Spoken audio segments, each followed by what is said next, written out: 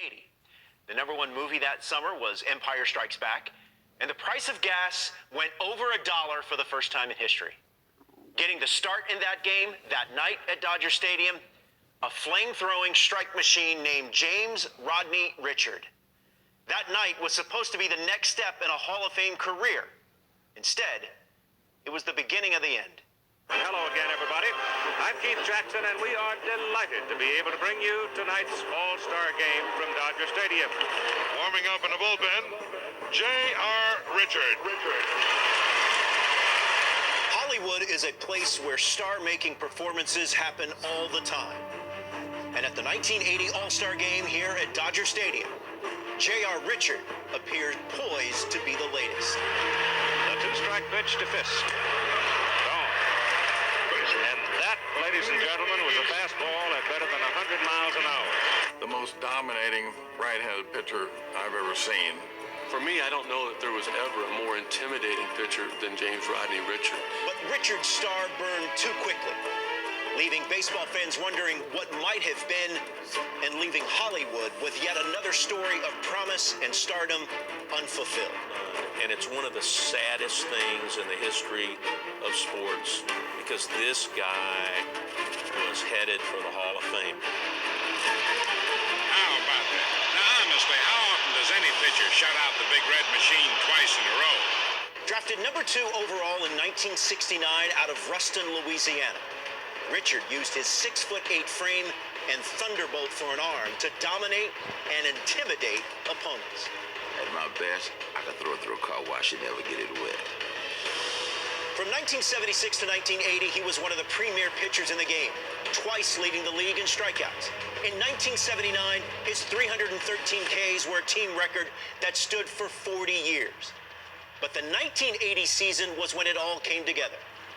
Before what would be his only All-Star appearance, Richard was 10-4 with an ERA under 2, the best start of his career.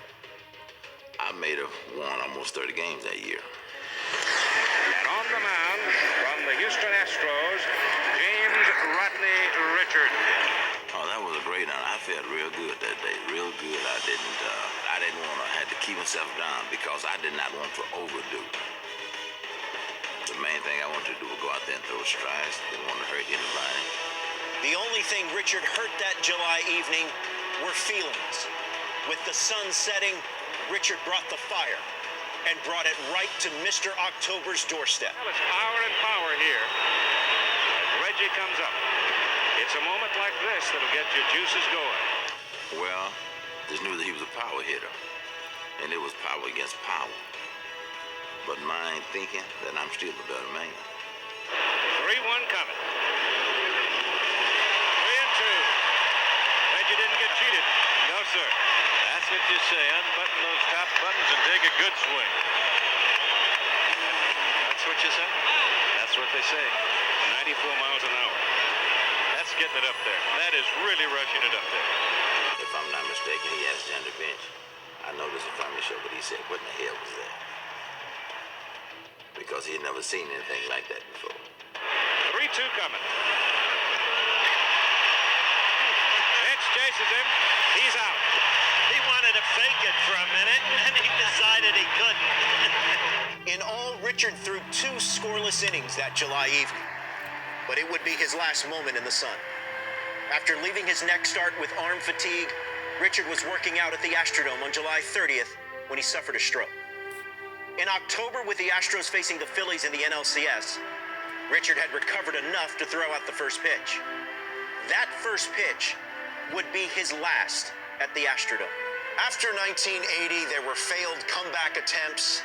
Later, he was homeless before finding a job in construction and eventually becoming a minister at a Houston area church. But before he passed, J.R. Richard seemed to find peace within himself, with baseball, and his place in history. Don't regret any of it. Life goes on. The sun keeps coming up in the morning. Life goes on. You get up and live, or you lay down and die. So it's up to you what you choose.